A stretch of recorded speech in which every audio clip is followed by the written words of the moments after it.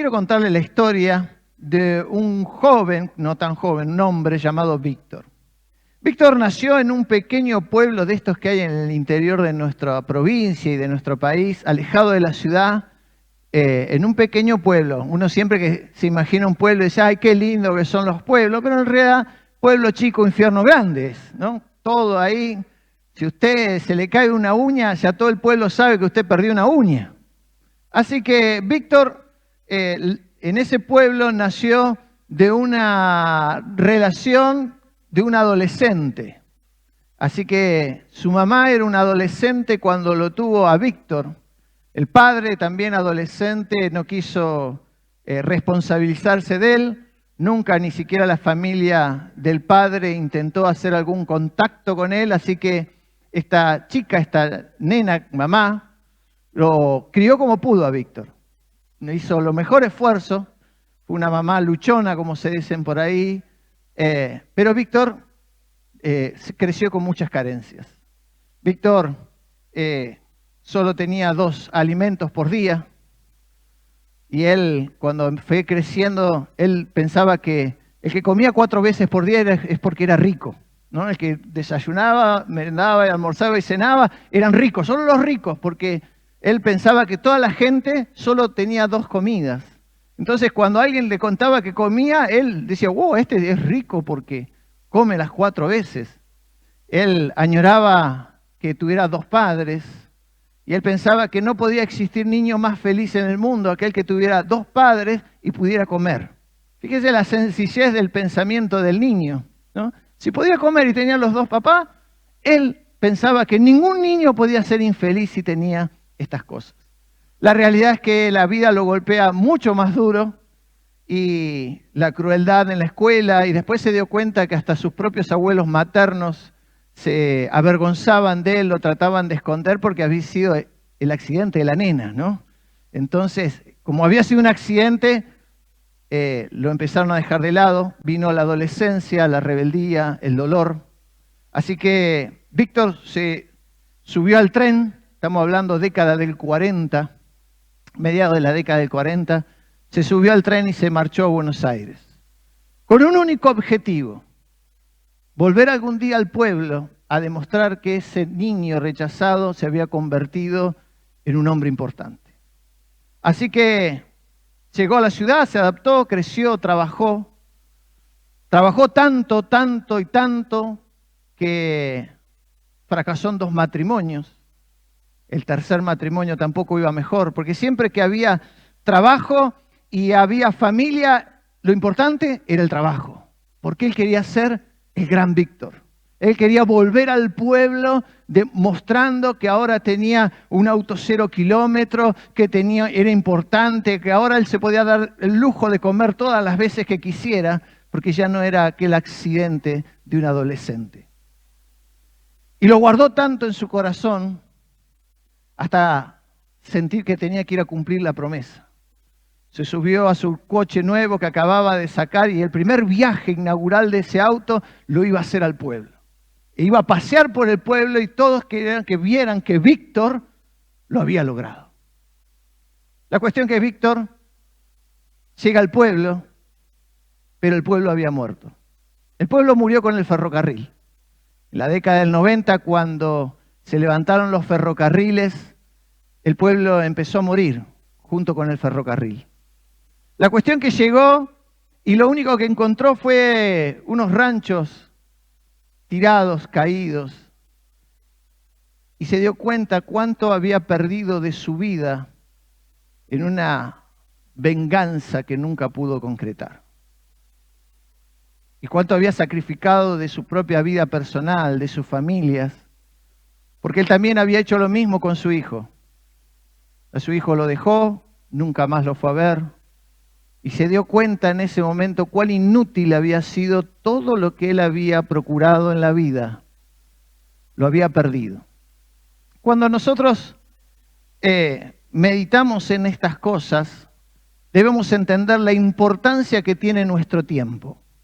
El tiempo es algo, como lo he dicho otras veces, que no se puede volver atrás. No hay forma de detener el tiempo, no hay ninguna manera de detener el tiempo, ni siquiera hay manera de ganar tiempo. No se gana el tiempo. El tiempo lo aprovechás o lo desaprovechás, pero no se gana. No hay forma de ganarle al tiempo. Entonces, una de las cosas que debemos nosotros ver es cómo se administra el tiempo espiritual.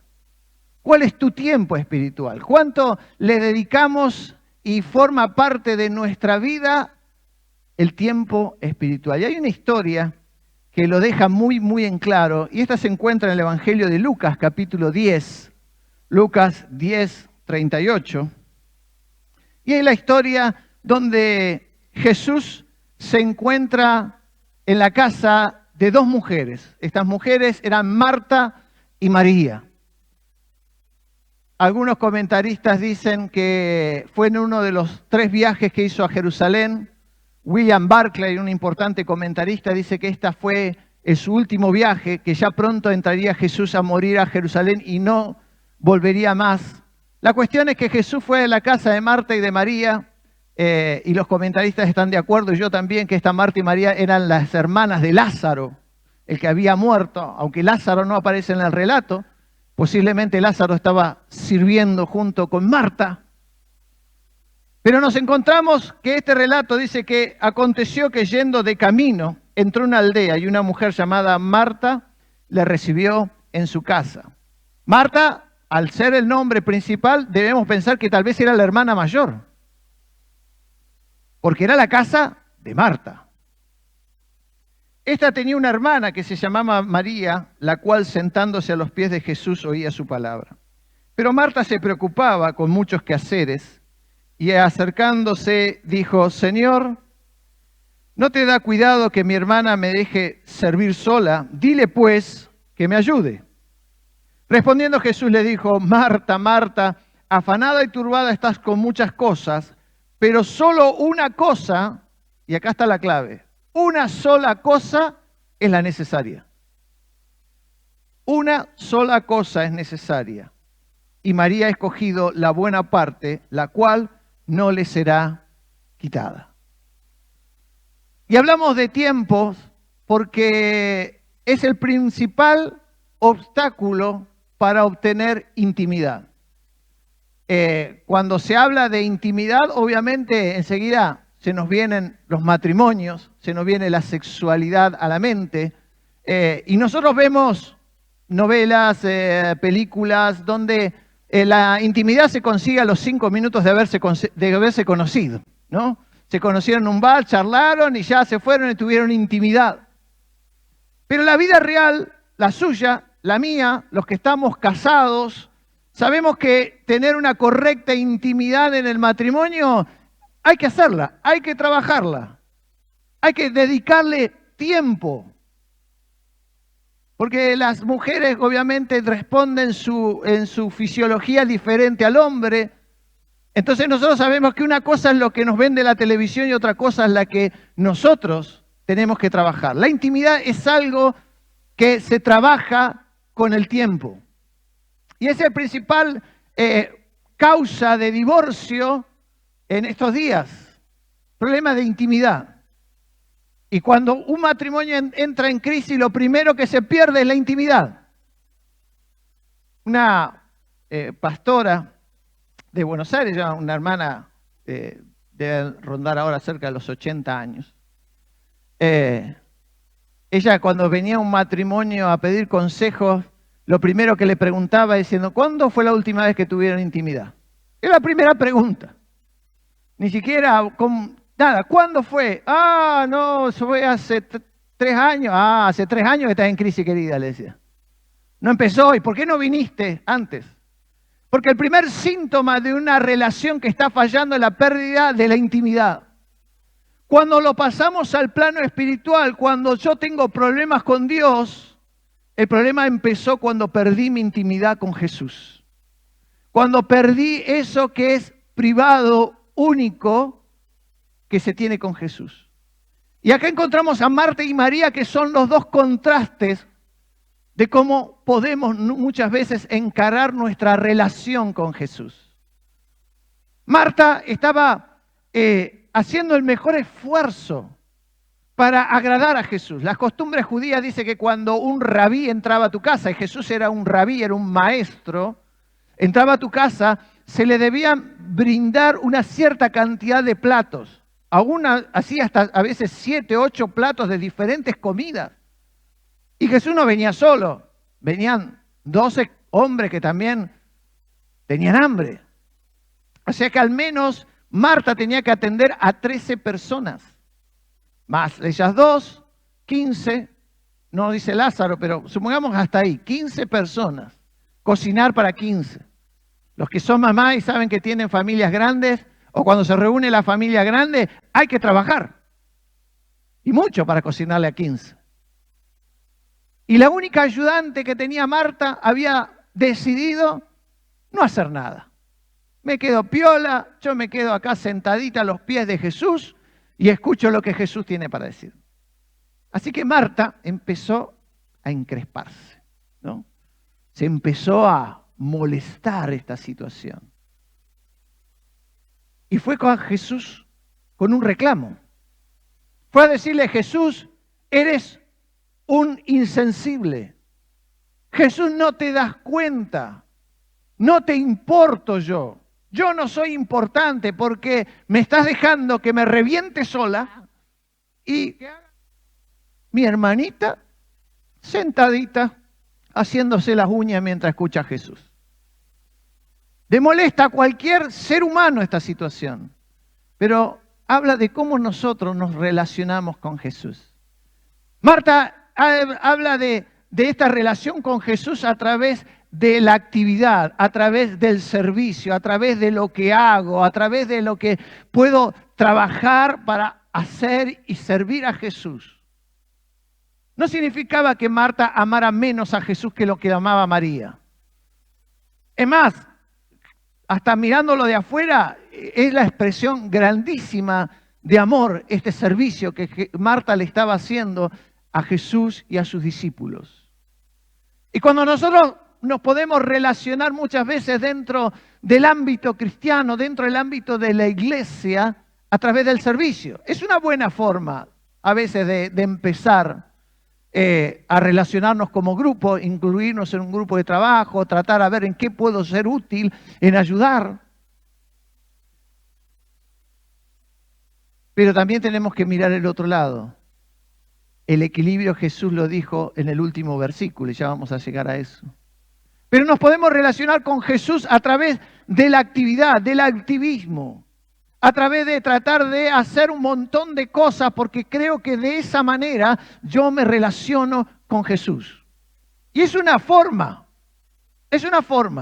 no estoy indicando, pero es la forma con que muchas veces en este tiempo nos relacionamos con Jesús. Enseguida, bueno, ya fulanito, y bueno, ¿qué está ahí viniendo a la iglesia? ¿Y qué sabe tocar la batería? Bueno, vamos a ponerlo a que toque la batería.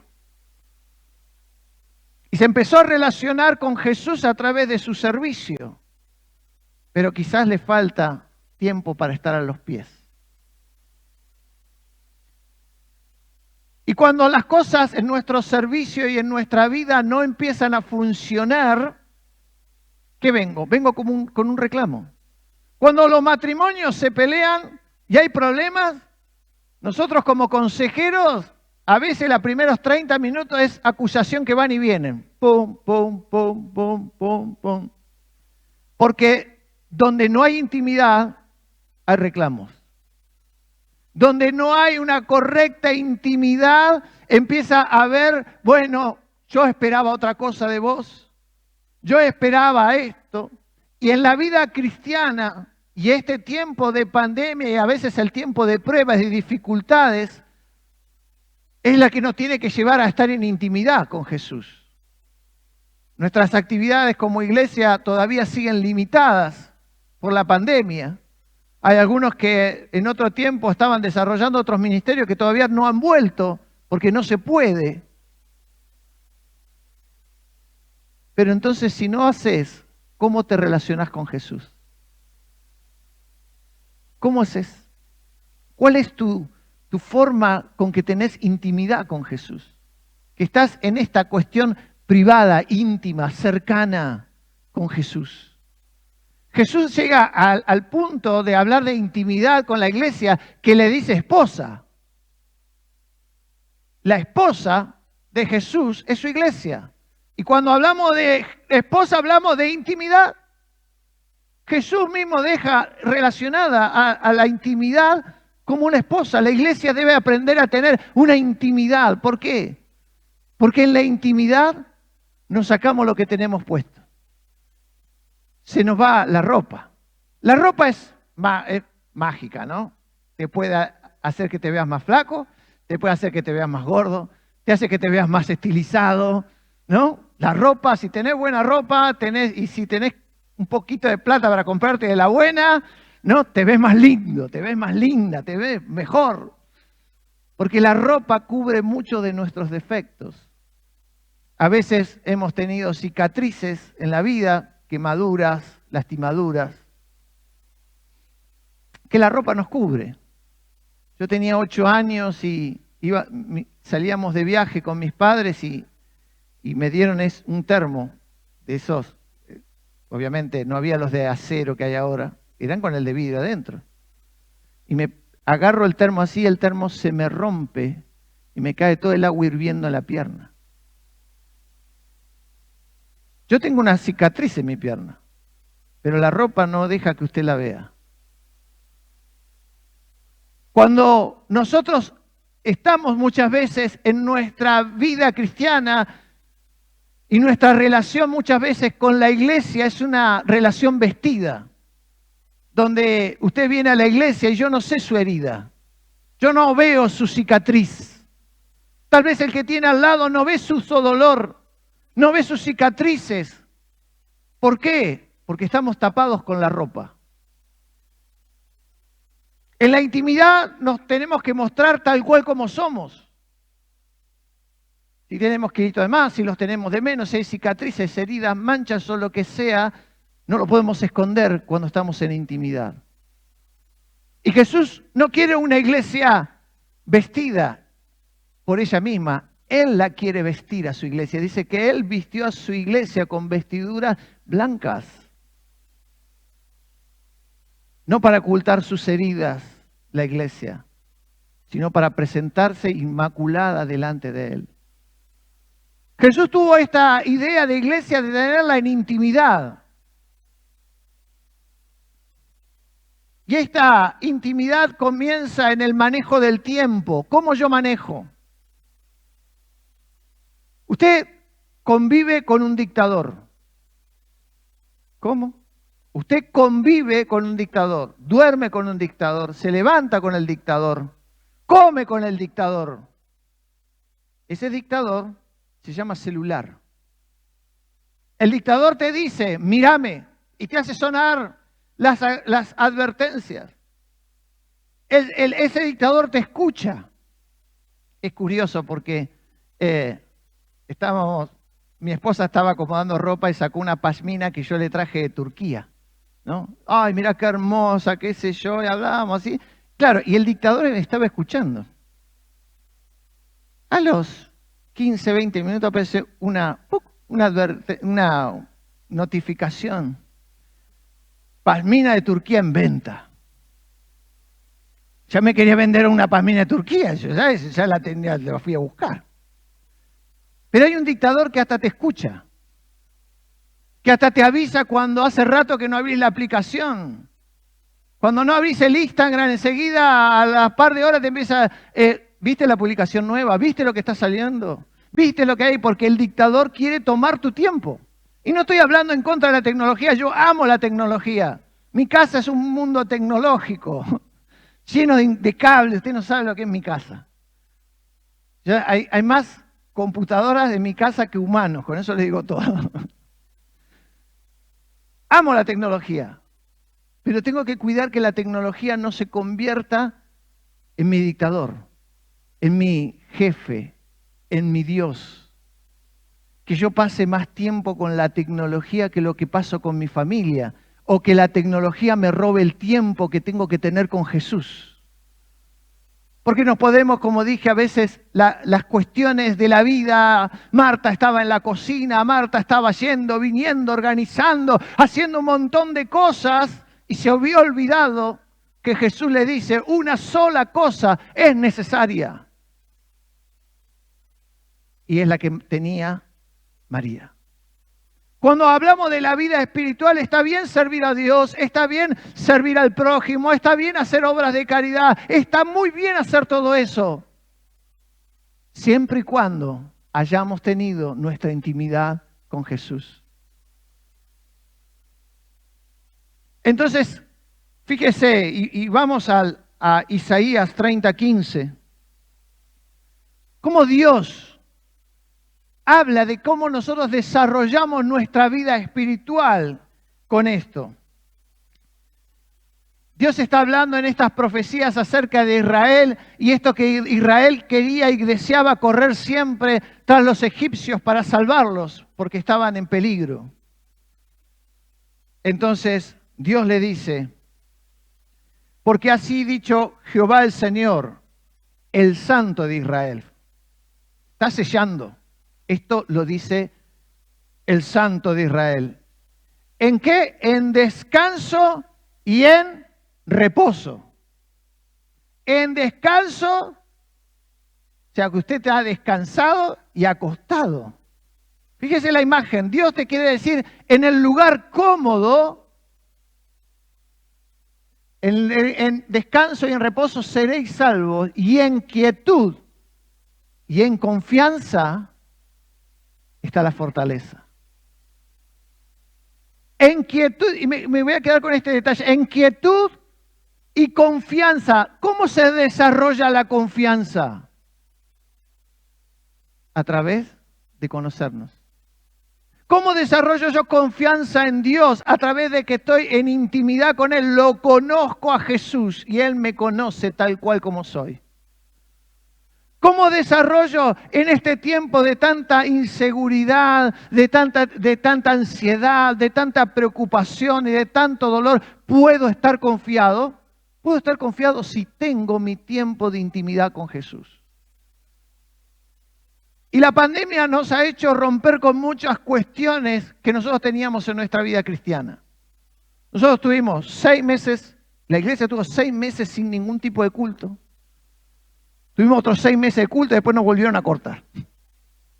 Pero hay 6 meses donde usted no podía vivir su vida espiritual solo esperando la prédica, o solo esperando una próxima reunión, o la próxima vez que alguien vaya a orar por usted, porque usted estaba solo. Y es lo que Dios quiere construir primeramente con nosotros, es que estemos solos para que Él nos pueda hablar. Dios le habló a Moisés en medio de una zarza en el desierto donde nadie había.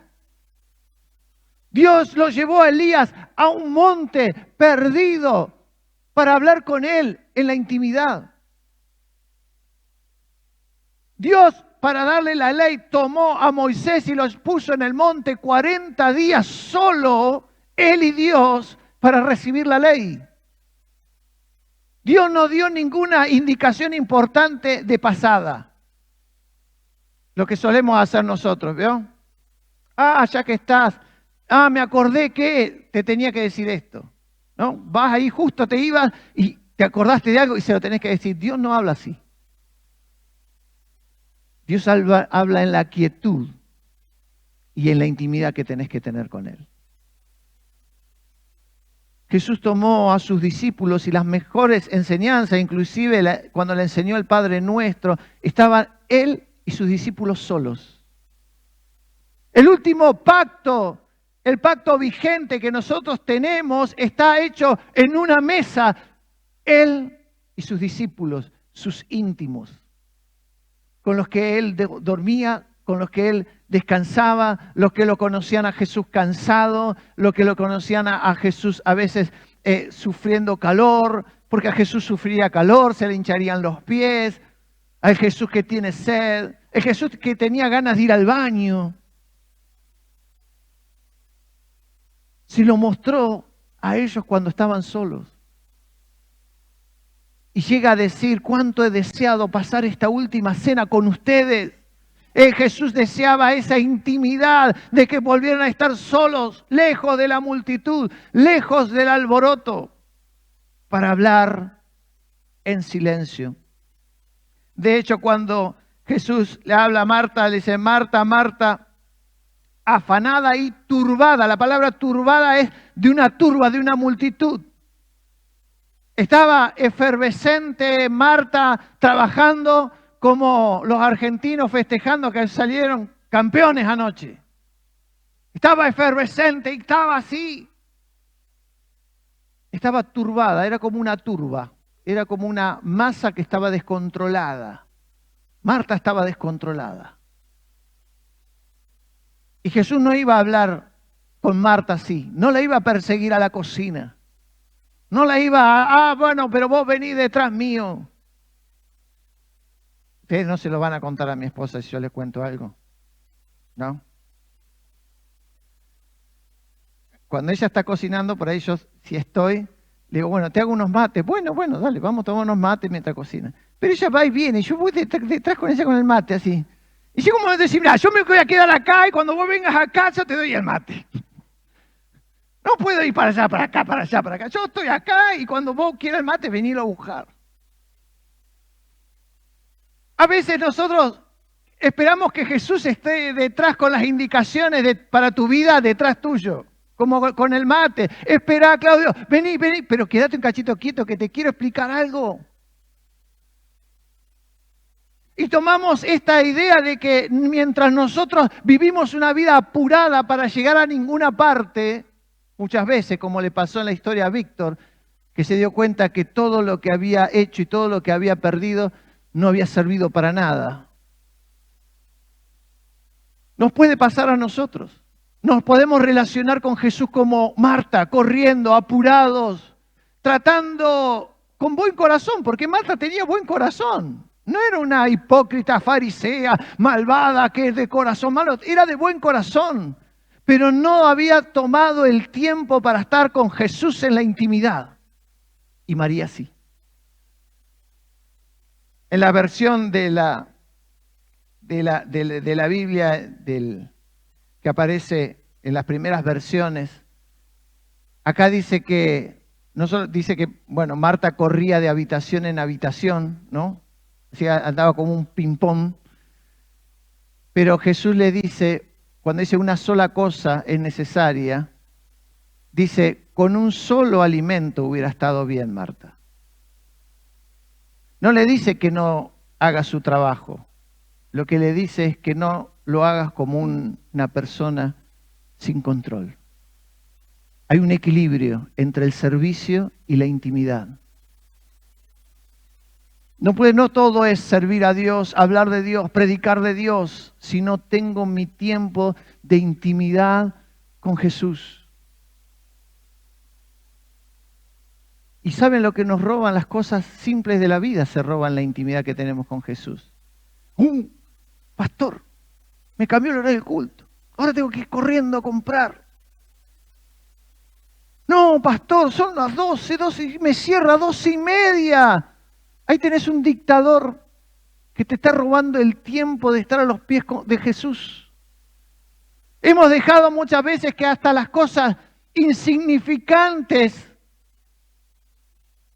roben tiempo, sin ningún sentido. Y si a mí hay algo que me parece un sinsentido total es en estas ciudades a veces lo que hacen las motos. Cruzan el semáforo en rojo entre medio del tránsito y lo ves que hizo toda esa maniobra que casi se escapa de matar para pararse 50 metros más adelante a ver su teléfono. Pues sí, te podías haber matado. Yo he visitado acá en esta ciudad a jóvenes que perdieron sus piernas, brazos, dedos, con sus motos por no respetar un semáforo. Uno de ellos me dijo una vez, y bueno, yo siempre pasaba, dice, ahí Avenida Las Américas en rojo. Dice. Y esta vez pensé que también el auto me iba a parar. Y no me paró. Fue tan fuerte el impacto sobre sus piernas que perdió las dos piernas. Y le pregunté, ¿por qué cruzaste? ¿Estabas apurado? ¿Había algún lugar para ir? No, lo hacía siempre nada más. ¿Valió la pena perder las piernas? A veces tenemos un sentido de urgencia equivocado. A veces tenemos un sentido de que lo urgente es no sé qué. Dejamos a Jesús colgado, dejamos la iglesia, dejamos todo para llegar a nada. Jesús quiere construir con su iglesia un tiempo de intimidad y esa intimidad empieza en la quietud. Quietud es quédate quieto. No voy a hablar del griego quietud. Quietud significa quédate quieto. Para que pueda hablar contigo, para que puedas desarrollar confianza, para que pueda desarrollarse tu fe, para que puedas vivir una vida de confianza en Dios. Aprende a quedarte quieto. Dios te está diciendo como al nene, quédate quieto. Quédate quieto. Ve que a veces uno reniega con los hijos, tiene la etapa que, ¿no? Acá me acuerdo, nosotros vinimos acá a Paraná, Ailén tenía 2 años, deambulador, andaba, y mi esposa decía, Ailén, siéntate acá. Y la gurisita me miraba, siéntate acá, quédate quieta. Porque a veces Dios está queriendo hablar con nosotros y lo que te está diciendo es, quédate quieto. Yo quiero hablar con vos. Quiero que estés a mis pies. ¿Sabe que ningún rabino de la época le enseñaba a una mujer? Pero para el rabino era una pérdida de tiempo enseñarle a una mujer. Porque la mujer nunca iba a enseñar en una sinagoga, así que ¿para qué quería saber de la ley? No valía la pena gastar pólvora en chimango, como se dice. Y Jesús no miró las costumbres y el tradicionalismo para enseñarle a una mujer. No solo lo que violenta nuestra intimidad con Jesús es el tiempo, lo que violenta nuestra intimidad con Jesús es el costumbrismo. Estamos atravesados por una cultura evangélica, una forma de hacer las reuniones. Ya parece que venimos, ya sabes, bueno, ahora va, dirige, Osvaldo canta 3 coros, después levanta la ofrenda, después predica y ya está. Y mi mente ya sabe, la estructura la tengo todo. Y además, cuando entro y llego tarde, veo qué están haciendo. Si ya levantó la ofrenda o no levantó la ofrenda, es porque todavía falta o no falta para la predicación. Pero nuestro costumbrismo atenta muchas veces contra la vida cristiana. Y se lo confieso, hay hermanos que dijeron, no, pastor, si no hay culto a las 7 de la tarde, nosotros no vamos más. ¿Y por qué? Porque nosotros hemos ido siempre a las 7. Y no puede venir a la mañana, sí, pero yo quiero venir a las 7. Reemplazan su vida espiritual por el costumbrismo de un horario. Y Marta estaba atravesada por la cultura de la época. Tenía que tener los 7 platos para darle al rabí. Tenía que hacer, tenía que cumplir. Y Gálatas nos dice, ¿no?, que ningún hombre nos ate por costumbres, por días o fiestas, dice. Nada puede quitarte tu libertad en Cristo. Porque a veces pensamos que la ley es solo la ley de la ley de los judíos. Pero a veces nosotros, hasta los propios evangélicos, nos hemos hecho un montón de leyes que ni siquiera están acá escritas. Pero si esto no está Dios. Si esto no se hace de esta manera, Dios no está. Hablábamos hace unos días con los pastores y empezamos a contar nuestras experiencias. Hemos ido a iglesias en otros países. Y bueno, Walter contaba unas muy pintorescas de México. Y dije, si yo voy con mi estructura de Argentina y de iglesia evangélica argentina, me chocaría como lo hacen ellos. Me chocaría. De hecho, nosotros fuimos a Perú y algunas congregaciones le chocamos nosotros los argentinos. aunque no estábamos haciendo nada equivocado. Pero en un lugar, no, si vamos a orar, cuando decían, vamos a orar, todos se arrodillaban. No se permitía orar de pie. Y la gente de ahí de Perú, con sus rodillas destrozadas por sacar de la tierra, ¿sabe cómo están? Usted los ve, todas sus columnas dañadas, sus rodillas lastimadas, porque la mayoría de la siembra que hacen en altura se hace a mano. Son lugares tan chicos e incómodos que no puede ir una máquina.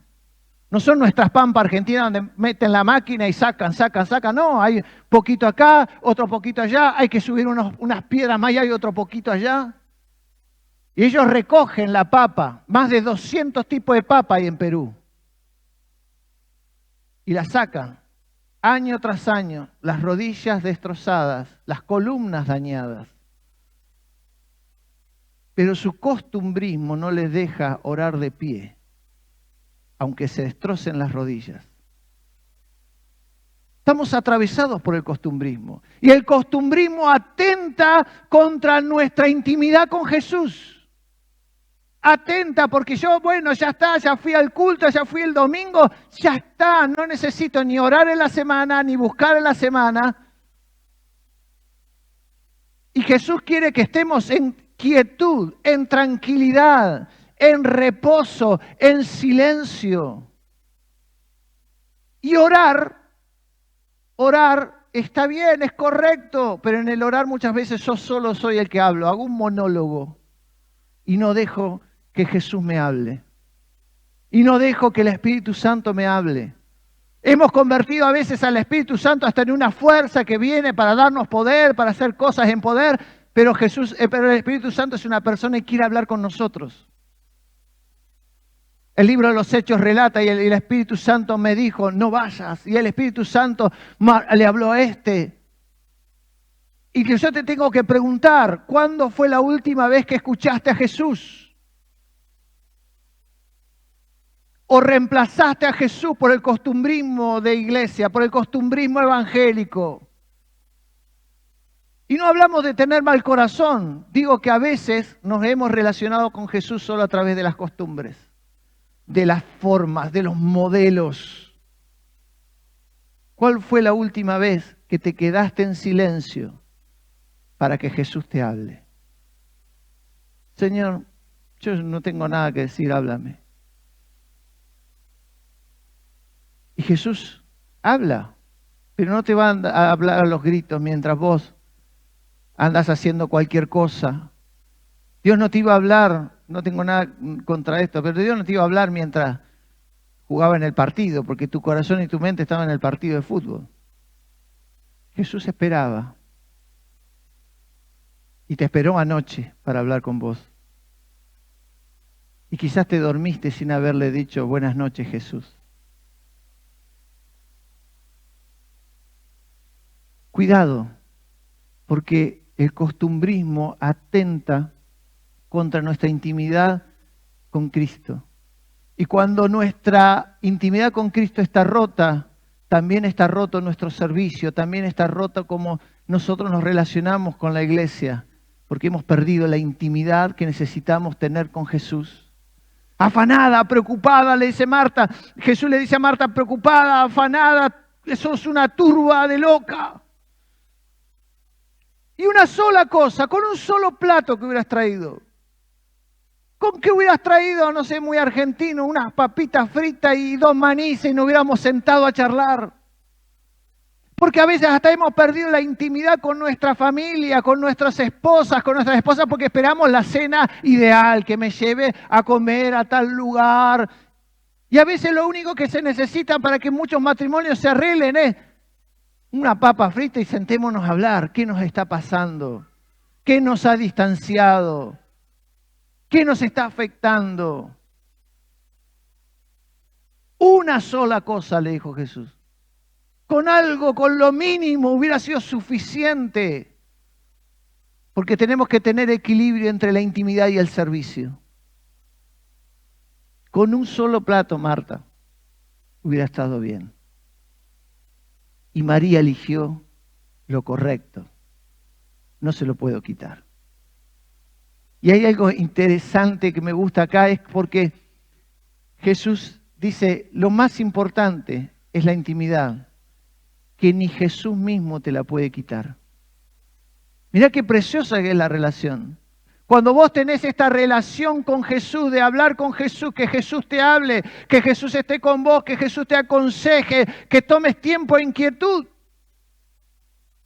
A veces, y esto es real, a veces vas a estar y no pasa nada. No vino ninguna voz, no bajó ningún ángel. Pero el Espíritu Santo después te va a empezar a hablar en el corazón en la medida que vas aquietando tu espíritu. Tomo quietud. Perdonen, pero a Elías Dios lo tuvo 40 días orando y ayunando antes de hablarle. No es que llegué al monte, acá ya llegué, Señor, a donde me mandaste. ¿Qué tenés que decir? No. 40 años Dios lo tuvo a Moisés en el desierto antes de presentarse delante de él para darle una tarea. Entonces no se frustre si en algún momento usted dice, bueno, Jesús, háblame, y no te pasa nada. Tal vez lo hagas 10 días, 15 días, 20 días, pero vas a ver que el Espíritu Santo empieza a trabajar en tu vida. Pero lo importante que creo que nos debemos preguntar nosotros en esta mañana es ¿cuándo fue la última vez que estuve solo con Jesús? Estuve a solas con Él, estuve en esta intimidad, en esto que nos sentamos y bueno, Jesús, no sé, hoy fue un día común. Voy y le digo a Jesús, bueno, Jesús, hoy fue un día normal, común, hice mi trabajo, hice las cosas, gracias por este día. Y me quedo en la quietud. Porque a veces nosotros somos siempre como el que va al médico ya cuando no va más. A veces vamos con Jesús solo cuando los problemas nos tapan y cuando fue un día normal, no hay Jesús en el día normal. Estaba a los pies, escuchando María lo que Jesús tenía para decirle. No sé qué le habrá dicho, no se dice la enseñanza. Quizás era solo una palabra para ella y no para todos nosotros después. Y ahí está la intimidad. Que no, el discurso que Jesús le dio a María no era para todos, era solo para ella. No quedó escrito para que nosotros tomamos como referencia lo que Jesús le habló a María. No lo está, porque eso que él habló en esa intimidad con María ahí a sus pies, era solo para ella. Hay cosas que Jesús va a hablar a tu corazón y es para que sea para tu vida. Porque a veces el creyente que empieza a escuchar de pronto la voz de Dios cree que Dios le está hablando para que se lo diga a la iglesia. Para que yo con este mensaje vaya al pastor y le diga lo que Dios me dijo a mí. Y Dios te quiere hablar a vos, y Dios quiere hablar con el pastor, y quiere hablar conmigo, y quiere hablar con él. Pero esas muchas veces, todo lo que te dice es para vos. Eso es la intimidad. Que hay una palabra de Jesús que solo es válida para tu vida. Hay un consejo de Jesús que es solo válido para tu matrimonio. Hay un consejo de Jesús que solo es válido para vos como papá, como vos como mamá, que a veces no sabes cómo vas a trabajar con tus niños, con tu adolescente, con tu joven. Y ya desesperás en algunas cosas. Hay una palabra de Jesús que es para vos. Y ningún pastor te puede dar la intimidad con Dios. Ningún predicador, ninguno de nosotros como pastores, predicadores, lo que haya en el mundo puede darte lo que Jesús te quiere dar a vos a solas. Lo que quiere hablar con vos en esta intimidad, en que vos te sientes a los pies de Jesús, a escucharlo a Jesús, a escucharlo con Él, a estar con Él, a charlar con Él, a contarle las cosas que tal vez no se lo dirías a ningún otro ser humano sobre la tierra, se lo diría a Jesús. Eso es la intimidad. Por eso en esta mañana no vamos a terminar el culto. Me miraron algunos y dicen, pastor, vamos a estar hasta la noche. Vamos a orar Y cuando usted sienta que ya tuvo su intimidad con Jesús, se retira. Cuando usted sienta, he dejado tiempo para hablar con Él, hablé con Él. Y si hace mucho que no hablas con Él, primero pedile perdón. Ahora cuando oremos, perdóname Jesús si te olvidé. Perdóname si me entretuve con otras cosas. Perdóname si di mucha importancia a un montón de cosas que no eran estar contigo. Primero, pídale perdón si hace mucho. Segundo, cuéntele lo que usted está pasando en este momento. Si le tenés miedo a la enfermedad, decile, Señor, tengo miedo. Él no se va a asustar, porque la intimidad habla de esto, de confianza. Sí, le tengo miedo. No quiero que me vacunen porque no sé qué me van a poner, Señor. Estoy ansioso, no sé qué hacer. Me está yendo mal en el trabajo. Pídele perdón, háblale y después quédate en quietud y deja que Jesús te hable. Si no hay ninguna voz, no te preocupes, pero tienes que empezar a tomar tiempo para estar a los pies del Maestro. Así que póngase de pie, tenga la libertad de buscar la parte del templo donde usted quiera. Quiere estar de rodillas, quiere pasar aquí adelante, quiere sentarse en la escalera, quiere agarrar una silla. Pero no deje que el dictador del tiempo ahora le diga, te tenés que ir. ¿Qué voz vas a escuchar? La voz que te dice, te cierra el almacén, te cierra el almacén. O la voz de Jesús que quiere darte una eternidad. Tú decides. Tú decides. Así que cuando usted sienta que ya tuvo su intimidad con Jesús, retírese, no hay problema. Pero primero búsquele, busquemos a Jesús un instante. Señor, en esta mañana entendemos la importancia de estar a solas contigo, en esta intimidad, donde tú quieres hablarnos algo que solo es para nosotros, no es para nadie más que para nosotros. Quieres hablarnos a nuestro corazón. No sé qué le dijiste a María, pero yo sé que tienes algo para mí en esta mañana. Señor, te pedimos perdón porque quizás no hemos valorado este tiempo contigo, porque quizás nos hemos dejado arrastrar por las actividades, por el activismo, por la propia rutina de la vida cotidiana y hemos descuidado nuestra intimidad contigo. Ayúdanos, Señor, de que el costumbrismo no ocupe tu presencia.